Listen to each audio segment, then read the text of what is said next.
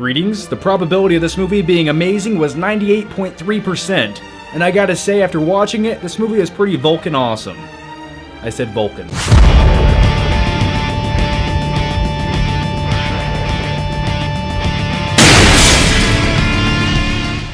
Okay, let's put this review into warp drive and talk about the movie. So Star Trek Into Darkness is directed by J.J. Abrams. This is the sequel to the 2009 Star Trek film. And tonight I got to see this movie on an IMAX screen. Technically it's a LIMAX screen, not quite the size of an IMAX screen, but you know what, I'll take what I can get, and I got to see it in 3D also. So one of the great things about this sequel is you have all of the crew returning to the Enterprise. You have Chris Pine playing Captain Kirk, Zachary Quinto playing Spock, Carl Urban playing Dr. McCoy. My God, man, he's a doctor, not a lawyer!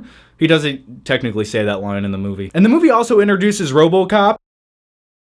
You can call him Peter Weller if you want to. It still looks like he's eating baby food though. The name's Murphy. Anyway, he plays a high-ranking officer in Starfleet. This movie starts off exactly how I wanted it to. You know, the Enterprise is off in space, they're doing some humanitarian mission, it's a big action scene, it's exactly what I needed for the beginning of this movie. When this movie starts out, it felt like the previous movie made good on its promise that this crew was gonna come together and go on all these crazy missions on the Enterprise throughout space, and it felt like when they started out in this movie, I felt like the crew really did come a little bit closer, and you could kind of sense that, you know, over the last 4 years, they've been doing all these crazy things, even though technically the movie was in production hell for a couple years and it took a few more years after that to kind of get the cast together. But anyway, in my head, that's what it felt like in the movie. Now, in the trailers to this movie, you guys might have noticed Benedict Cumberbatch, and he plays an evil, villainous bad guy in the movie, and you know he's a bad guy because he's wearing a long, dark, black trench coat. That pretty much means he's evil. And the greatest thing about his villainous role in this movie, it's a little bit complex and he's actually a badass. This is a bad guy where you're like,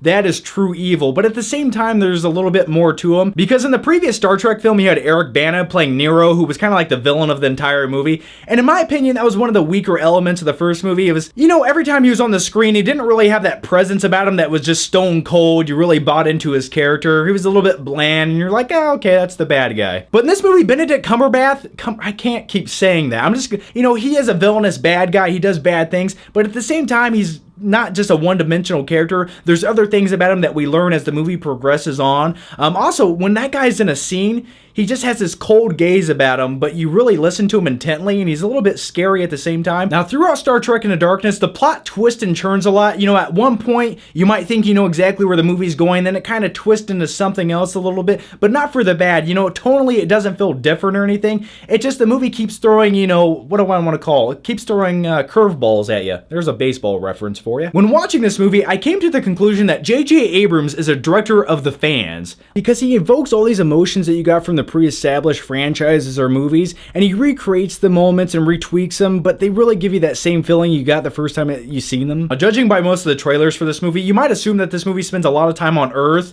you know, because that's basically all they're showing is a whole bunch of Earth scenes and destruction taking place, but 90% of this movie takes place out in space. You know, there's all these action climactic scenes, you get inside of the Enterprise, you're running through it, you're flying through space trying to avoid debris, and if you're a true fan of Star Trek, this movie takes you places that you're really going to appreciate. Little surprises, little things that you might be waiting for, so it definitely is catering to the fan. Now, one of the greatest things about the Star Trek franchise is the relationship between Kirk and Spock. You know, you really buy them as friends at times, but also conflicting people on the same team, and every time those two have a scene together in this movie, you really buy into their characters and what they're trying to get across. You know, at times there's some banter, other times there's some really heartfelt, serious moments. And speaking of iconic characters, you know, it's not just Kirk and Spock. This movie has so many other characters that stand out. They all have different personalities, and this movie does a really good job at balancing them all. Now let's talk about the visuals and style of this movie. Now, you would expect J.J. Abrams to do a lot of shaky cam and some lens flares, and do you get those things in this movie? Yeah, definitely. But when it counts, when you have a serious scene with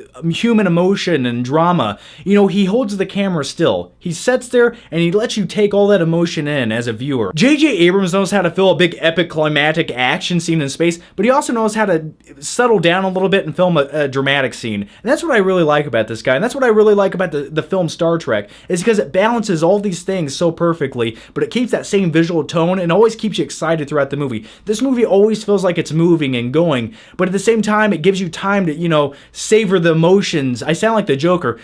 You know why I use a knife? Because you can savor all the little emotions. Now, I did see this movie in 3D, and this is a post-converted 3D movie. Yes, the 3D in this movie really does add something. You know, at times there's a lot of things in the foreground of scenes, you know, like little space objects floating around, or they're in the control center or down in the engine room, and there's all these pipes in front of the way. Also, there's a lot of explosions. There's also some shots that they did in the movie that don't seem overly gimmicky. Like at one time, there's like an arrow that shoots into the screen, and I blinked my eyes because I literally felt like an arrow was being shot in my face. And at other times in the movie, when there's not a lot of action or explosions and they're just kind of talking or moving around the Enterprise, there really is a great sense of depth in the movie. And overall, this is a big space epic movie. You know, it doesn't have desaturated dark images. You know, everything's bright and vivid and bold looking, so I definitely recommend seeing this movie in 3D. It's worth the money. I enjoyed it. Star Trek Into Darkness, it gives you everything the first movie did, but it just improves and expands upon it, and it just gives you more to like as a viewer. So I'm going to give this movie an A. In my opinion, this has something for everybody. You know, as a Star Trek fan, there's a lot of little things you can grasp onto. It pays refuge to those things,